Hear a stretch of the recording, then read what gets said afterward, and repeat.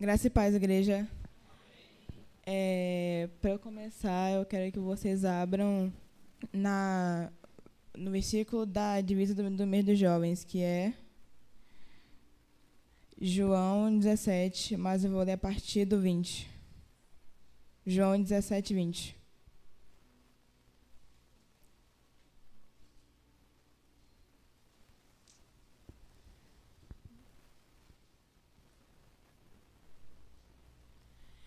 Amém. Não peço somente por eles, mas também a favor das pessoas que vão crer em mim por meio da mensagem deles. E peço que todos sejam um. E assim como tu, meu Pai, estás unido comigo, e eu estou unido contigo, obrigada. Que todos os que crerem também estejam unidos a nós, para que o mundo creia que tu me enviaste. A natureza divina que tu me deste, eu parti com eles, a fim de que possam ser um, assim como tu e eu somos um. Eu estava lendo esse versículo em casa, aí eu pensei, todo mundo sabe o que é um, mas a palavra, no caso, o significado um, eu quis olhar o significado. É um único, primordial. É um significado tão normal. Por que será que às vezes a igreja tem tanta dificuldade de saber o real significado dessa palavra? Então, antes de eu ir para as minhas referências bíblicas, eu também estava lembrando de um filme que eu vi quando eu era mais nova, que uma das partes cita que poucas pessoas sabem que entre 0 e 1 tem uma infinidade de números, é infinito, não é só 0 e 1, é 0, 0,1, 0,2, 0,3, e que entre o 0 e o 0,1 tem 0, 0,101, 0,102 e assim por diante. E eu estava refletindo que, assim como dentro da igreja, do 0 até 1, até todo tem diversas pessoas, diversas personalidades, diversos temperamentos, com o objetivo e com o mesmo propósito. Mas a questão é como lidar com tanta diversidade junta para viver até a eternidade, não é? Então, só um minuto. Eu quero que os irmãos primeiro abram em Mateus 7, do 1 ao 5.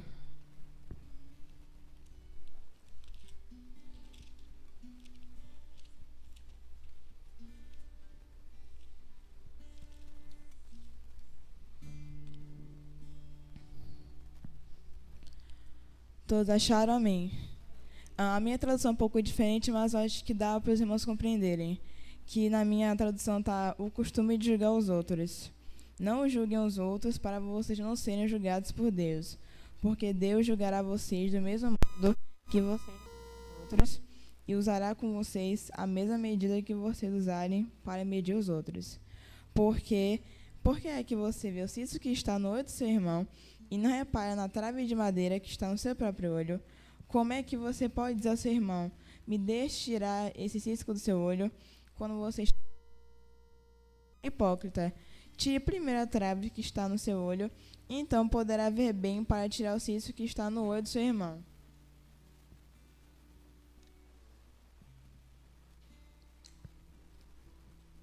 Perdão, eu estava analisando,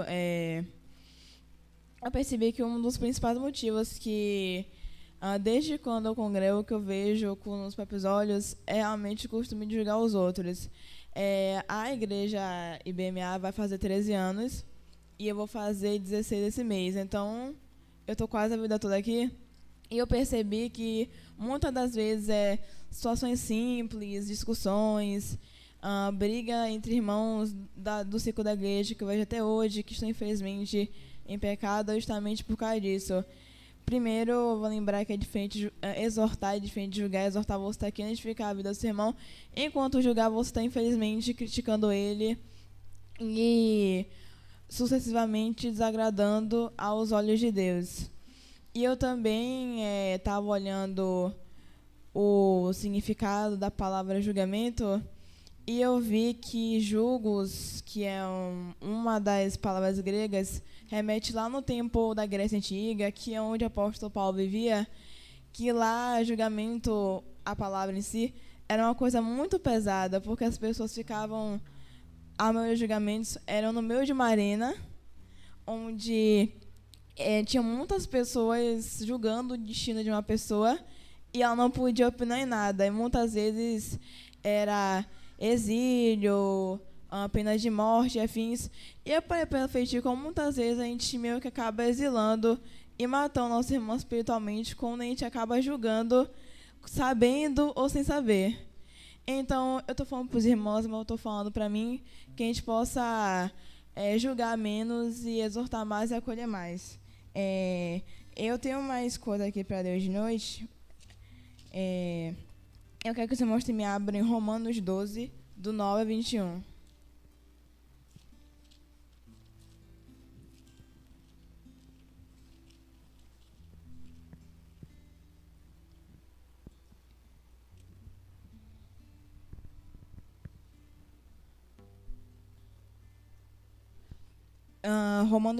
Romanos 12, do 12 a 21.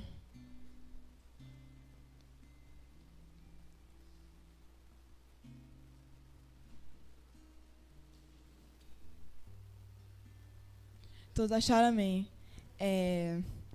Que a esperança que vocês têm os mantenham alegres. Aguentem com paciência os sofrimentos e orem sempre. Repartam com os irmãos necessitados o que vocês têm e recebam os estrangeiros nas suas casas. Peçam que Deus abençoe os que perseguem vocês. Sim, peçam que Ele abençoe e não que amaldiçoe. Alegrem-se com os que se alegram e chorem com os que choram. Tenham por todos o mesmo cuidado. Não sejam orgulhosos, mas aceitem serviços humildes. Que nenhum de vocês fique pensando que é sábio. Não paguem a ninguém o mal com o mal. Procurem agir de tal maneira que vocês recebam a aprovação dos outros. No que depender de vocês, façam todo o possível para viver em paz com todas as pessoas. Meus queridos irmãos, nunca se vinguem de ninguém. Pelo contrário, deixem que seja Deus quem dê o castigo. Pois as Escrituras Sagradas dizem: Eu me vingarei, eu acertarei contas com eles, diz o Senhor. Mas façam como dizem as Escrituras. Se seu inimigo estiver com fome, dê comida a ele. Se estiver com sede, dê água, porque assim você fará queimar de remorso e vergonha. Não deixem que o mal vença vocês, mas vençam o mal com o bem. Eu queria reler o versículo 19, que diz aquela parte de pelo contrário, deixem que seja Deus quem dê o castigo. Muitas vezes, irmãos, às vezes acontecem algumas coisas na nossa vida que a maioria delas não é para acontecer, porque justamente a gente quer exercer o papel que Deus devia fazer. E muitas das vezes a gente acaba exercendo esse papel justamente porque a gente não tem paciência. E por que a gente não tem paciência? Porque a gente não está tendo intimidade suficiente com Deus para entender o porquê dele estar separando aquele tempo, tá demorando aquele tempo para poder responder aquela oração que você fez, ou aquela tribulação que você não entende porque está passando, mas sabe que uma hora vai acabar passando. Só que muitas vezes, mediante a tribulação, mediante o período de espera, muitas vezes a gente não pega esse período para poder se apegar a Deus realmente. A gente acaba perdendo a paciência, agindo precipitadamente, e muitas vezes acaba agindo de uma maneira que pode até piorar a situação que você estava, e meio que, de uma certa forma assim, atrasando o que Deus quer para você, bloqueando uma bênção na sua vida, na verdade. E o versículo 21, não deixem que o mal vença vocês, mas vençam o mal com o bem. Muitas vezes a juventude, trazendo para o contexto da juventude, falando da minha idade realmente, que tem um pessoal de 20, 21, 22 que tem mais maturidade, mas falando da minha faixa etária assim, eu falo de mim mesma, muitas vezes eu falo de mim, às vezes eu vejo alguma situação desagradável ou algo que me aborreceu, e muitas vezes, mesmo não praticando, eu na minha mente, eu penso em como alguma coisa má podia acontecer com aquela pessoa que me aborreceu, ou alguma coisa ruim podia acontecer para me alegrar, e depois eu fico com vergonha, porque eu vejo como isso é errado aos olhos de Deus, e errado como pessoa também, porque eu acho que se eu estou numa situação ruim, mesmo que eu não goste realmente da pessoa, não é meio que coerente eu querer que outra pessoa passe por uma situação ruim, sendo que eu estou passando por essa situação ruim. Agora eu quero que os irmãos abram em Romanos 14, 1 e depois Romanos 15, 7.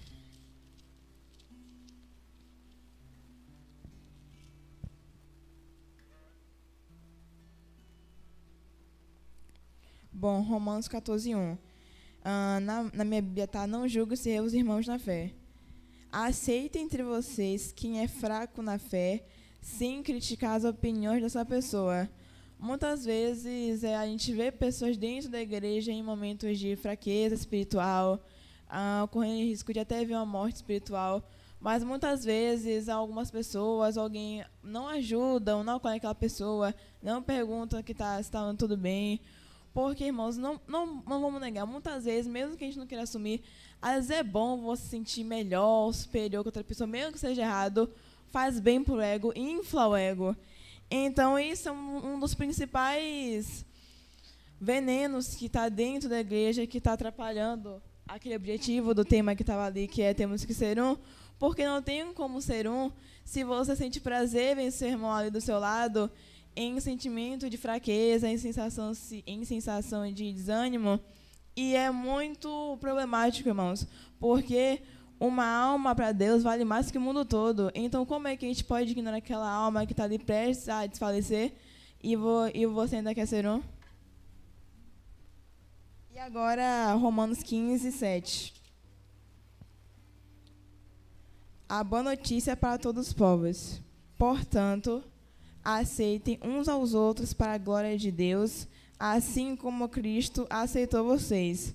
Como eu comecei a falar, dentro da igreja tem diversas personalidades, diversas pessoas, diversos temperamentos.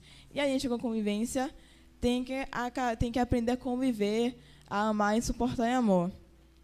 Porém, muitas vezes, a gente acaba não colocando isso na prática e acaba pondo em prática diversas coisas que Marlon falou na oração dele, que é fofocas, mentiras, burburinhos, ou até mesmo coisas realmente maquinadas pelo maligno que fazem um enorme estrago. Exemplo, 2 irmãos estão brigados em pecado e ainda não pediram perdão um ao outro. A carne, como já aconteceu comigo e já aconteceu com outras pessoas, como uma das coisas que infla o ego, é muito bom você ver 2 pessoas ali quase se matando de brigar, porque para o mundo isso é muito bom ver em entretenimento, ver 2 pessoas quase acabando uma amizade, um relacionamento, por causa de coisas bobas. Mas se a gente seguir a aceitar uns aos outros para a glória de Deus, dentre isso, porque aceitando uns aos outros, a gente acaba pecando menos, e se acabar vendo os outros irmãos em pecado, você vai acabar pensando, se eu estou colocando isso em prática, eu posso nas meus irmãos também. E assim evitar que os outros acabem pecando e que você acabe pecando também.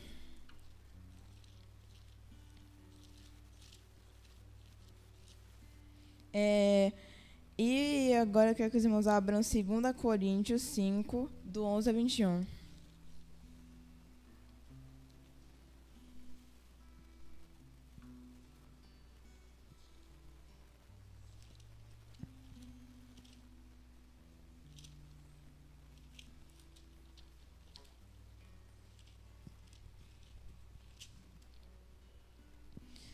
Na minha tradução está amizade com Deus por meio de Cristo.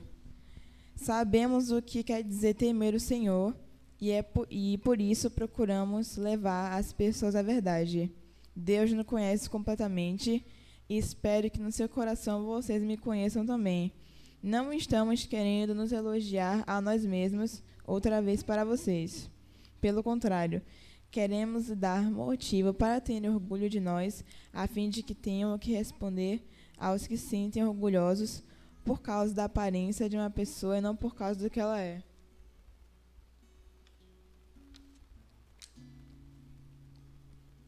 Pois se estamos loucos, em a favor de Deus, e se temos juízo, em favor de vocês.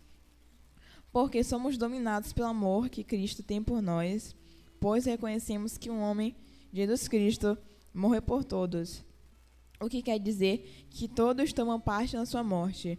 Ele morreu por todos, para que os que vivem não vivam mais para si mesmos, mas vivam para aquele que morreu e foi ressuscitado para a salvação deles. Por isso, daqui em diante, não vamos mais usar regras humanas quando julgarmos alguém.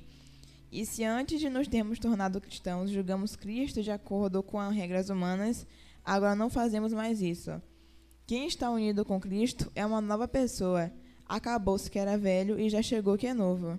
Tudo isso é feito por Deus, o qual, por meio de Cristo, nos transforma de inimigos em amigos dele. E Deus nos deu a tarefa de fazer com que os outros também sejam amigos dele. A nossa mensagem é esta: Deus não leva em conta os pecados dos seres humanos, e por meio de Cristo, Ele está fazendo com que sejam seus amigos. E Deus nos mandou entregar a mensagem que fala da maneira como Ele faz com que eles se tornem seus amigos.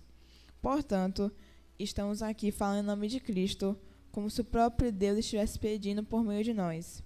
Em nome de Cristo, nós pedimos a vocês que deixem que Deus os transforme de inimigos em amigos dele. Em Cristo não havia pecado, mas Deus colocou sobre Cristo a culpa dos nossos pecados, para que nós, em união com Ele, vivamos de acordo com a vontade de Deus. Eu queria pontuar o versículo 16, na partir do 15, na verdade. Ele morreu por todos, para que os que vivem não vivam mais para si mesmos, mas vivam para aquele que morreu e foi ressuscitado para a salvação deles. Por isso, daqui em diante, não vamos mais usar regras humanas quando julgarmos alguém. Então, por que muitas vezes a gente acaba julgando os outros com as regras humanas? Que é justamente isso que foi um dos temas da oração. Isso tem afastado tantos irmãos para fora do lugar que devia estar tratando eles. Porque ninguém aqui é perfeito, tá todo mundo que tentando se tratar com o mesmo objetivo. Então, por que muitas vezes a gente acaba sendo hipócrita e fazendo aquilo que a gente realmente critica, muitas vezes até involuntariamente? Porque você faz algo involuntário quando você já faz tantas vezes e você nem sente que fez. E continuando, e se antes de nos termos tornado cristãos, julgamos Cristo de acordo com regras humanas, agora não fazemos mais isso. Quem está unido com Cristo é uma nova pessoa. Acabou-se que era velho e já chegou chegou o que é novo. Se todos nós fazemos parte do corpo de Cristo, então quando você acaba julgando Cristo, criando seu próprio Cristo, idealizando ele de acordo com suas próprias leis, ou aquilo que você quer normalizar, um pecado que você quer normalizar, acaba criando seu próprio Cristo, então você, quando julga seu irmão de acordo com as regras humanas e acabou julgando Cristo com as regras humanas, então você não está sendo corpo e não está amando a Cristo, porque você está sendo contrário àquilo que a palavra fala. Irmão, se eu estiver falando um pouco rápido, perdão, porque eu fico um pouco nervoso e falo rápido demais.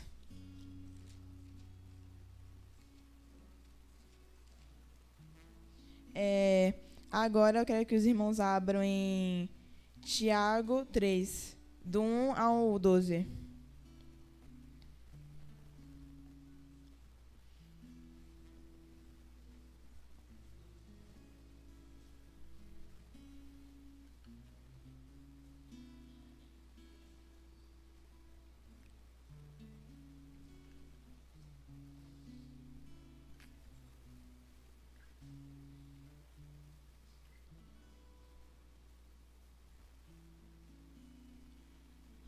Todos acharam, amém? Na minha tradução está dominar a língua. Meus irmãos, somente poucos de vocês deveriam se tornar mestres na igreja, pois vocês sabem que nós, os que ensinamos, seremos julgados com mais rigor do que os outros. Todos nós sempre cometemos erros. Quem não comete nenhum erro no que diz é uma pessoa madura capaz de controlar todo o seu corpo. Até na boca dos cavalos colocamos um freio para que nos obedeçam, e assim fazemos com que vão aonde queremos. Pense no navio. Grande como é, e empurrado por ventos fortes, ele é guiado por um pequeno leme e vai aonde o piloto quer. É isto que acontece com a língua. Mesmo pequena, ela se gaba de grandes coisas. Vejam como uma grande floresta pode ser incendiada por uma pequena chama. A língua é um fogo. Ela é um mundo de maldade, ocupa o seu lugar no nosso corpo e espalha o mal em todo o nosso ser. Com o fogo que vem do próprio inferno, ela põe toda a nossa vida em chamas. O ser humano é capaz de dominar todas as criaturas e tem dominado os animais selvagens, os pássaros, os animais que se arrastam pelo chão e os peixes. Mas ninguém ainda foi capaz de dominar a língua. Ela é má, cheia de veneno mortal e ninguém pode controlar. Usamos a língua tanto para agradecer ao Senhor e Pai, como para amaldiçoar as pessoas que foram criadas parecidas com Deus. Da mesma boca saem palavras tanto de agradecimento como de maldição. Meus irmãos, isso não deve ser assim. Por acaso pode a mesma fonte jorrar água doce e água amarga? Meus irmãos, por acaso pode dar uma figueira dar azeitonas ou um pé de uva dar figos? Assim também uma fonte de água salgada não pode dar água doce.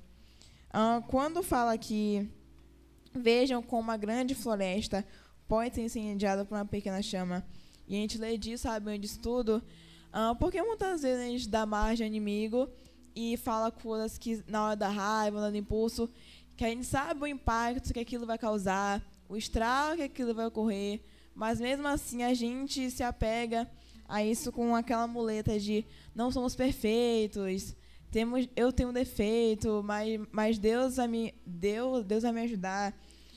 E tem aqui que a língua é má, cheia de veneno mortal, e ninguém pode controlar. Se ninguém pode controlar, alguém tentou, e acho que todo mundo aqui tenta para poder obedecer a palavra de Deus.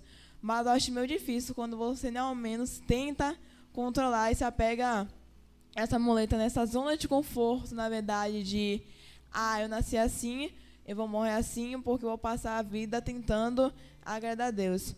Tudo bem, tentar, todo mundo que tenta. Mas acho que quando você tenta viver em santidade, purificação, separado para aquilo que Deus fala que é certo, você uma hora acaba acertando. Em vários momentos você acaba acertando. Então, se você não está acertando em momento nenhum, só está na base da tentativa, é uma hora de procurar ajuda. Como eu já falei aqui, se você está se sentindo fraco espiritualmente, é hora de procurar ajuda, porque tem algo errado. Eu citei purificação, eu quero que e fraqueza, eu quero que os irmãos abram em Salmo 72:13.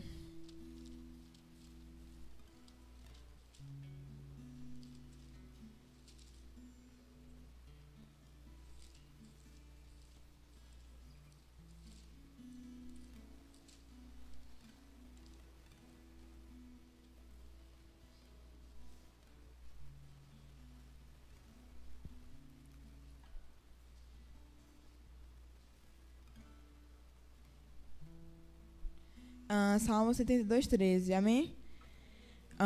Ele tem pena dos fracos e dos necessitados e salva a vida dos que precisam de auxílio. Como eu já falei aqui antes, um dos principais motivos que não há essa unidade, não há esse um só, é porque muitas vezes existem pessoas fracas espiritualmente e existem irmãos que reparam, mas não querem ajudar. E existem as próprias pessoas que estão fracas espiritualmente e têm vergonha de pedir ajuda, porque realmente é muito difícil pedir ajuda. Você sai do lugar que você está para poder pedir ajuda. Mas aqui fala que se você tem vergonha de falar com alguém, fala com ele que você não devia ter vergonha. Deus é o nosso refúgio e Deus é meu refúgio e minha fortaleza, socorro bem presente na hora da angústia. São vários salmos que a gente está meio... A palavra do Senhor se renova a cada dia, mas querendo ou não, são salmos que a gente fala muito, reflete muito, e muitas vezes a gente não acaba absorvendo, é como se fosse automático,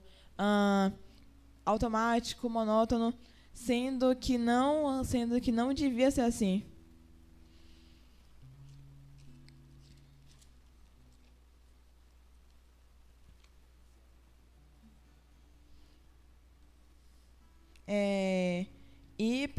Tô chegando ao fim, depois vou entregar o microfone aqui, só para encerrar, eu quero que vocês abrem Mateus 13, 51 e 52.